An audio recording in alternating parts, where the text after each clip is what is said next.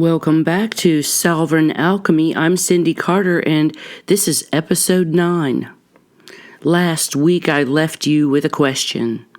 Is this yours? That's the question. I hope you can see the stories now that run your life. After listening to episode 8, you might have named one of those stories. I hope you examined it. Maybe you held it up to the clear blade of discernment and asked, is this actually mine? And maybe for the first time you heard an honest answer. So now what? Because here's where a lot of people get stuck. They see the pattern, they understand where it came from, like immediately they can trace it all the way back to the kitchen table at age 7, or to the 5th grade classroom, or that thing that happened that nobody ever talked about. You know, the patterns. So now perhaps someone sees the patterns and they get it intellectually. And then they do it again. Repeat, automation. And I just want you to understand, if you catch yourself in a pattern and you catch yourself repeating a pattern, understand this is not failure. It's not weakness. It's just what patterns do. It's how your autonomic nervous system is going to react. It's going to repeat. And with you seeing your patterns, it's really not the same as being free of your patterns. Not quite yet. So that's what this episode is all about. You know, because actually you've been in a trance. Because you and everyone on earth have been in an automated trance. And no, it's not a magic trick. It's not even a hypnotherapy session. Because a trance is not something that happens to you in a special chair, you know, in a therapy office or something. You've been in and out of trances your entire life. And every time you drove somewhere and got there and you have no memory of the drive there, well, that's a trance. Or every time you scrolled through your phone for a solid hour and can't even remember where you were, well, that was a trance. Or every time you got pulled into some kind of loop in your mind of worry and you're replaying some conversation over and over and over in your head, waiting for some hammer to smash down, well, that's a trance. Or greeting people with the same salutation, some automation. How are you? Fair to middling. You can tell I'm from the South. I hear that a lot. And every time you ran a pattern, this shutdown that you might do, the shrinking that you might go through, or the people-pleasing you have done, or the over-explaining, you know, without choosing to do this, it just happened without you even fully noticing it. That was a trance too. A trance isn't just, you know, a focused attention. A trance is identification with a pattern. And you're not watching the fear when you're in a pattern. You are the fear when you're in a pattern. You're not observing a shutdown. You become the shutdown. You know, the thoughts and the thinker become fused, automated. All those emotions that we have become our identity. It becomes fused. All the beliefs that we might hold become our reality. Fused, automated. That's the trance. And this phase, separation, the entire phase has been kind of a long, deliberate act of breaking that trance. But here's what I want you to recognize, because trances don't come in strong. They don't announce themselves. It's not like, okay, now we're in a trance and now we're not. It slowly happens. It doesn't come with a name tag, you know. It shows up as a feeling in your body. Before you even process in your mind what's happening. Your stomach might tighten. Your chest gets tight. your throat gets quiet, or you hear yourself saying yes when every cell in your body is saying no. You're already 3 sentences into apologizing for something that you didn't even do. You're already making yourself smaller in a room before anyone asked you to. It's like dumbing yourself down because you don't want to offend. Well, this is a trance. And there's a lot of speed to a trance. It comes in quietly, but there is speed, and it's operating in below your conscious mind. So this trance program is big now in growing societies. You can see the trance. There was a therapist named Milton Erickson, and he was one of the greatest hypnotherapists, I guess, and he had a perspective that I really like and that I agree with. He believed most people were walking around in reality in a trance.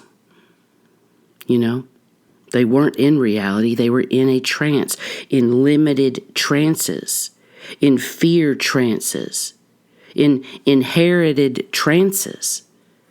So instead of inducing trance in his clients, he spent his time disrupting the trance when they showed themselves. So if they came in and they were actually in the trance right then, he would stop it, and someone might say to him, well, I've always been afraid. And he would say, well, how exactly do you do that? Well, shazam, right there. That's where the person realizes, wait, what? You mean I might be creating this, actively creating this? Is this something I'm doing? Because you asked me, how do I do this? You mean this is not something that's happening to me? Right then, the trance starts to break. It starts to weaken. Because that question that he asks, how exactly do you do that? It's discernment with an edge. There's that blade. It's separation doing exactly what it's designed to do. So let's look at that separation inside the body. Let's talk about what's actually firing in your body when the trance runs. This is when a trigger hits you, when something in your environment matches this original wound, and your nervous system doesn't really ask your opinion. It doesn't care how many blah, blah, blah words you have wrapped around it. It just fires immediately. And the amygdala sends a signal faster than you can even create a thought. That is a fact. It's cortisol, adrenaline, heart rates. Your breath gets short. Your body is preparing for fight or fleeing or freezing, even if the threat is just a tone of voice, or even if the threat is just someone's silence, even if nothing dangerous is actually happening at all, and all you empaths creating stories from people's minds about you, well, stop it. Stop the triggers, because your body keeps score. And here's where it gets interesting, because trauma therapists today use something called, I've never really heard the word, but they're using it now, called orienting. And it's to break your dissociative state, which are really deep trances. But it kind of sounds almost too simple.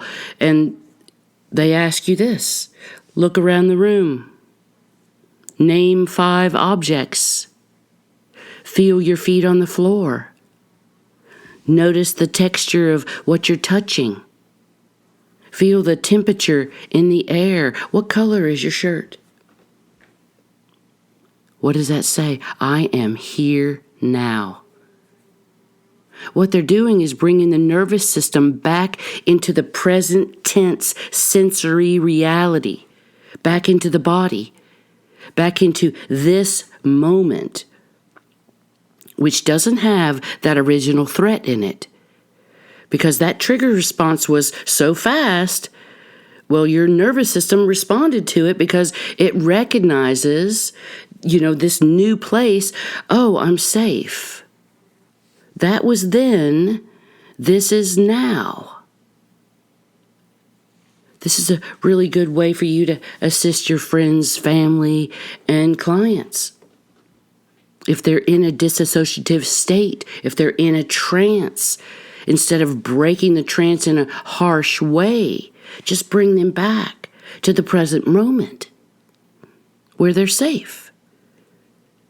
It's not really just a grounding technique. It's a cellular event. It's new information of safety entering the body. New signals, new chemistry, new environment for the cells. It's not a magic word that you need. It's just the information of you're safe. Look around you. So when you interpret the trance somatically, through your body, you're not just changing your mood. It's not, sound therapy just so you can chill. It's changing your biology. It's a permanent change. And this is what makes this rare. Because this is where sovereignty lives. Between the trigger and the response. There's a gap there. And I've been talking about that gap. Have you had that moment yet? During these, 8 weeks? Have you had a chance? Have you had a fraction of a second where you were, able to find the gap, the place where you thought about it before you did something, where you were breaking a trance? It might not have been like the most perfectly executed response, or not even, that you got triggered. You might get triggered again. It's not about becoming some enlightened being who floats above all of this, because there are no archangels required in this. Just the gap is sovereignty. The sovereignty is gap. What is the gap? Gap is awareness. It's the moment, however small, where awareness becomes larger than the pattern. Where you catch yourself mid-trance and you become the witness. You feel the contraction and you say, oh, there it is. I see you. No name, no blame, just awareness arriving. And here's what awareness does to a trance. Well, it ends it. Not dramatically, not all at once, but the moment you're observing the pattern, you're no longer inside the pattern. I'm noticing anger instead of I am angry. Instead of I am shut down, it's now I'm observing the shutdown. The Irish say, the sickness is upon me, instead of I am sick. It's that small grammatical shift is the blade. It's the blade of discernment, where separation is doing its work. It requires you to do something, to be aware that you're having a pattern or you're not having a pattern. Let's break the trance. And here's something that you could actually use, because this is not a philosophy. There is action. So let's talk about, we call them pattern interrupts. In neurolinguistic programming, they call it that, pattern interrupts, because they disrupt this automatic sequence, this pattern that it gets interrupted. And something unexpected happens, and the mind has to leave the trance to respond to it. So in therapy, a practitioner might suddenly ask, what color are your socks? Right in the middle of some emotional spiral. It's a completely irrelevant question, and it's exactly to the point. The mind has to exit the loop to answer it. It's freedom right there in that little gap where you catch yourself in a pattern. For you, in your own daily life, your pattern interrupt might look like feeling your feet on the floor right now. Exactly like we close out every episode. What if you actually did it when you heard me say it? Or naming 5 things you can see in the room. Do you ever take a moment to actually be aware? Or taking one breath that's longer than the last breath? Are you even aware that you're breathing? Or standing up, you could stand up and move your body or change rooms or ask yourself, how exactly am I doing this right now? If you find yourself in a trance, how am I doing this patterning? These aren't small things. These are acts of sovereignty. Each one is a trance break. Each one is your awareness stepping outside the pattern and saying, I see what's happening here, and I'm choosing what comes next. And that choosing right there is your freaking authority. Because this isn't about starting over. You know, if you're frustrated right now, and you've been, doing this work for years, you know the language. You understand all the concepts. You've done the therapy and still find yourself in an old pattern showing up. Just know that you're not failing. You're actually in the deepest layer of the work. This pattern, it doesn't disappear because you understand it. You might even teach about the pattern, but it still presents itself until you step outside of it. Every time, every single time you catch it, even after the fact, sitting, an hour later and you go, there it was again. I did that damn pattern. Once you catch that, well, yay, that's the work. That's the valuable work. Every time you name it without spiraling into some kind of shame about it, that's sovereignty building. You're not starting over every time the pattern fires. You're adding one more moment of consciousness to a growing body of awareness. This is a continual process, and that body of awareness does grow. Until one day, and this day comes, and I've seen it happen, you catch it at the front end. You feel the beginning of the trance or the automation of the story, and you get to choose right then. It changes how you will deal with this trigger the rest of your life. That day is not too far from you. A lot of you are standing really close to it. So what is this doing collectively? Because we are a species in a trance. I've been writing about that for a long time. Because we have ancient patterns and ancient timelines and ancient doctrines and, unexplained occurrences that we didn't know but agreed to. And these are all still firing off in our world. But that world no longer exists. A lot of that doesn't exist. It just exists as a threat from some past events. But it's still actively running as some program inside us. So we react to news, halfway across the world or next door, whatever, the same way our ancestors reacted to like predators coming into the tribe.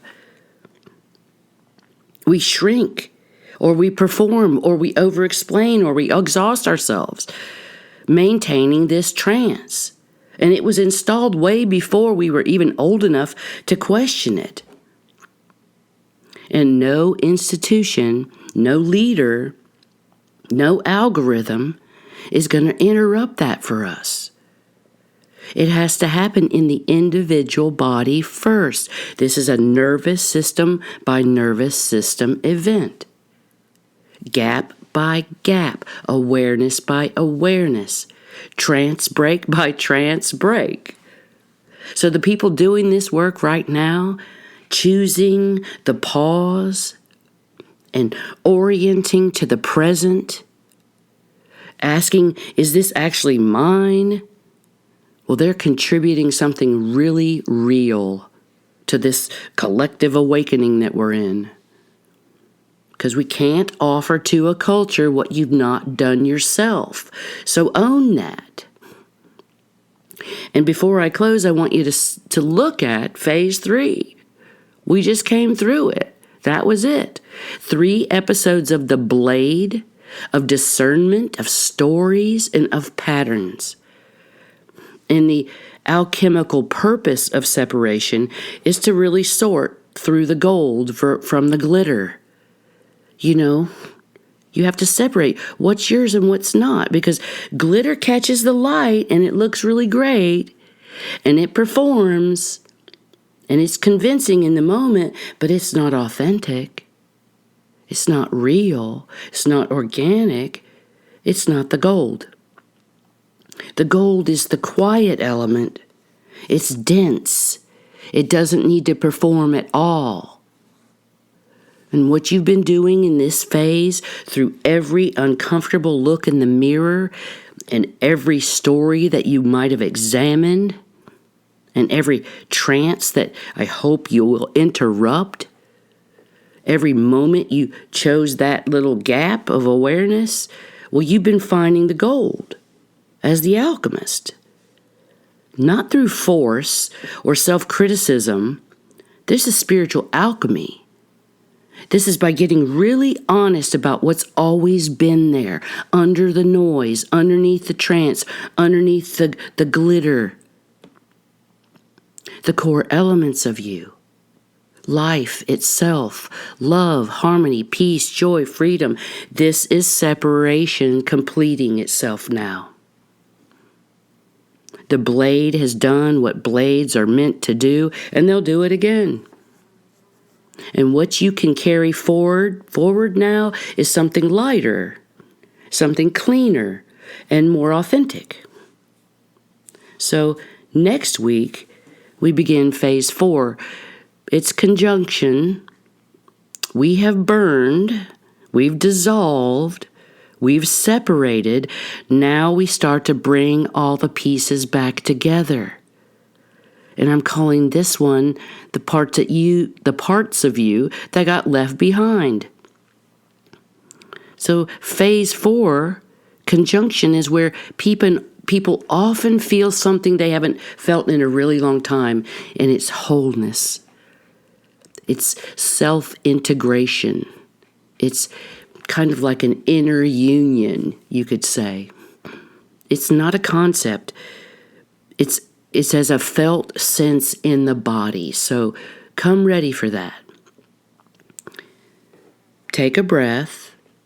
Feel your feet. Welcome back. Thank you for staying sovereign, and see you on the path.